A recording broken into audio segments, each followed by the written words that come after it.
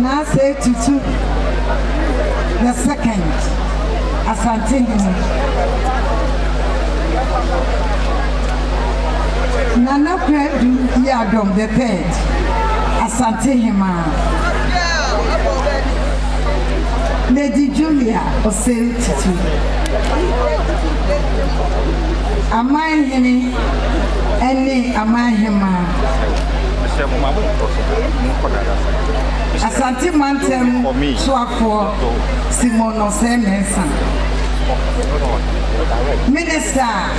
President Isi Onsina Nai Ewo Tourism Ministry Honorable Andrew Ajapa Mesa Deputy Minister Swafo Abediechi Mark Okreku Mante Chief Executive Officer for Ghana Tourism Authority Nananum Penny for a titu a Messiah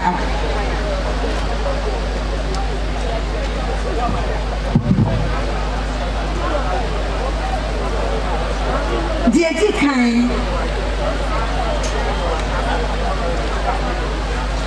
Otumfo media sida kese a eni kabia emam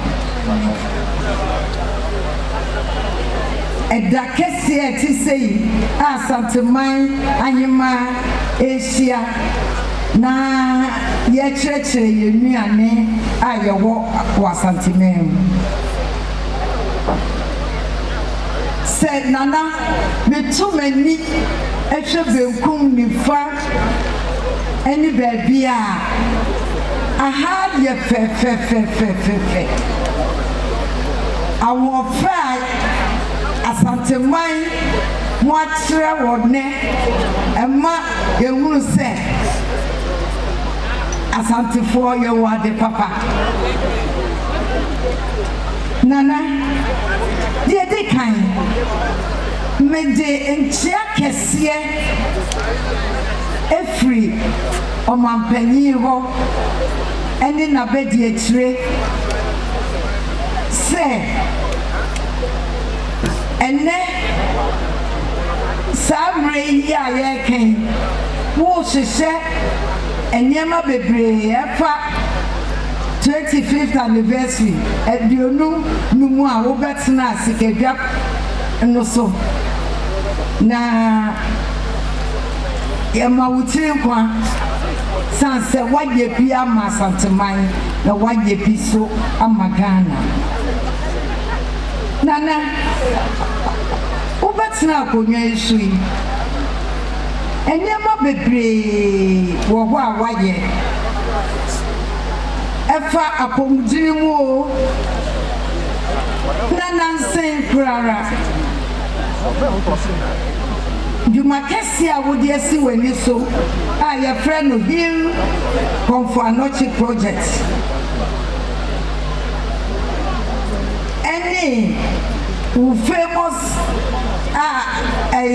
education fund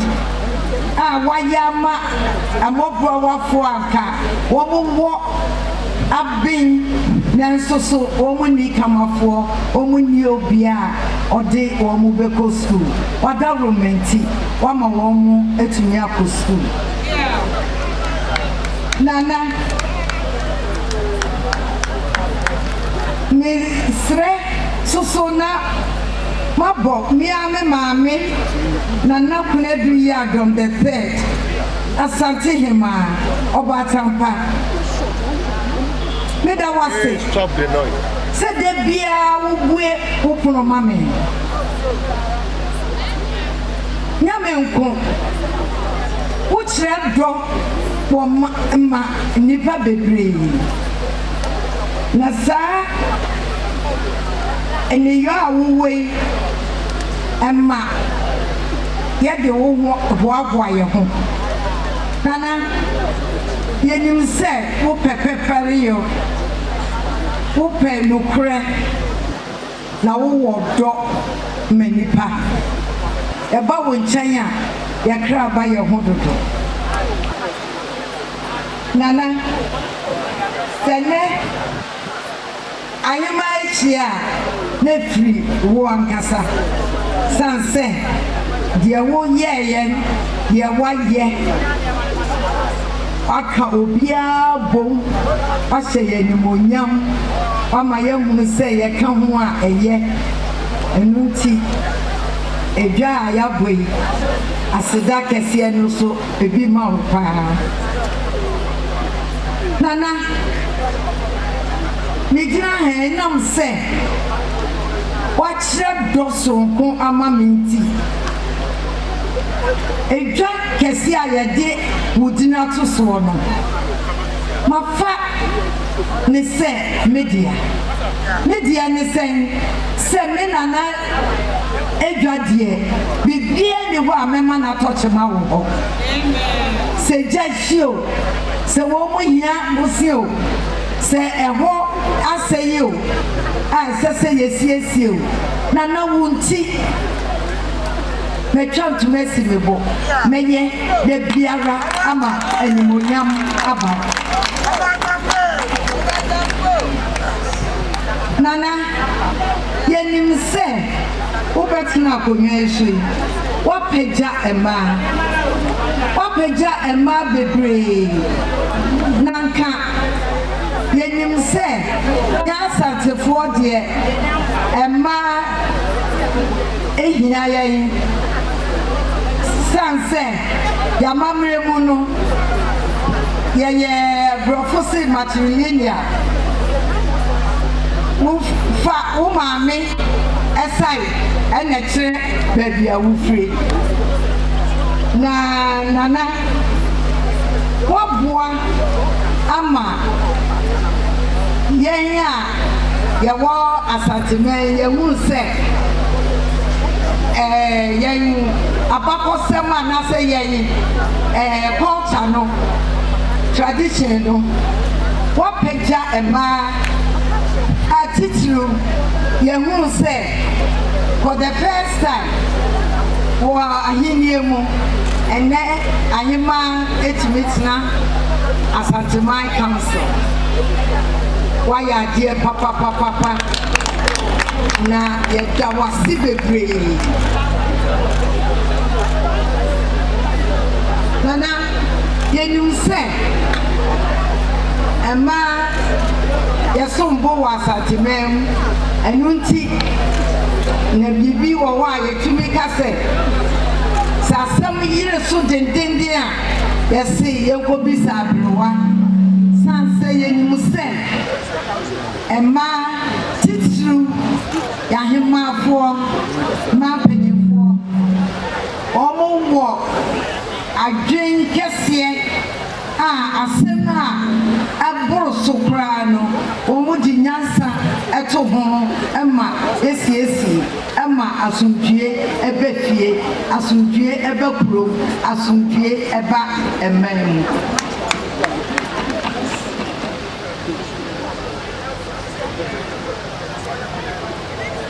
nana ye ede wo aha ene se yeba no nyese yeba bekire ye culture keke culture no nye bi ene ye ntoma fefe a ye frey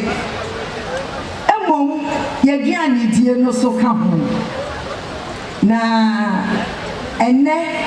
ye hu se yesi ye display bebre emiane bebre wo ho a ka aya gira wasantimemu sese ya no mu kenya mu na mu kire amaye hu se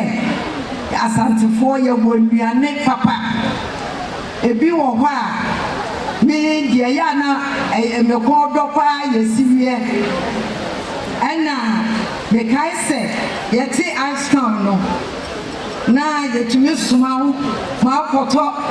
ayaka akro ani atibia de a etia ewo enei wuhuru bi wasantime eniema bebre wo ho a na maame no ni ye nananom ye anka na eya de papa aduane papa wankasa wudi so a nyese ne de nkon na so ma akowden no ene ya to atwe modi aba ya da mo ase bebre mo ye sa ehihye papa no a ema ene ye food fair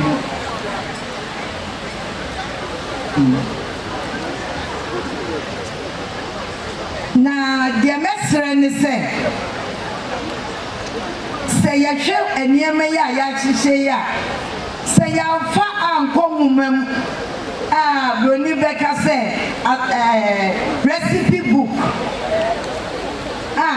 ebegira anya de bia na ebetuni abodwade akyere ti mesre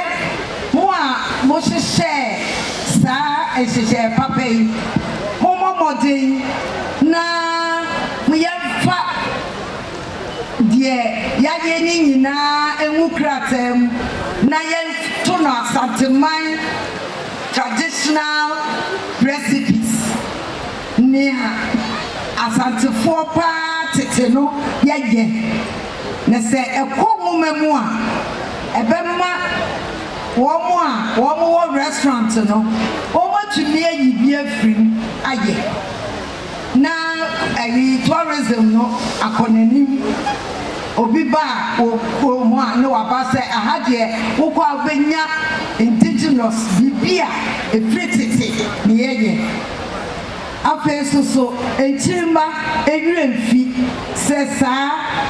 aduani na ya maame no ne ya nananom na wo mo ye nana se awiei media mani ajepa eye kwase bia wase amayemba ewom sa anyema afo so anyema afo gina eho maye na me de adesrede kakra bi tu wanim otumfo mesrawo uko mrashe bedwemu a onananu ne doso enipa ahanu adio so enum no wodie womu eya 47 onananu ya 47 enti wo papin bi wo ho a wogina mu ka bibi mayenya eyedie yede affirmative na brane ye mesrawo power no to be na yento yemma affirmative action no enye embra ewo kana medi asedebio emotumfo medi aseda emma obatampa ye nana asante hema ahema fo titiru mo waha se mama me kwan na metumi ababe kasa ewo dwa kesie yi mu otumfo ankasa te ho nana ohima ete ho beda mo ase nyame nhyiramo asante yini nana osetutu wo kwaso nana kwadu yi ADOM the third wo kwaso asante ahema nyina wo kwaso asante mai wo kwaso Ghana wo kwaso nana medase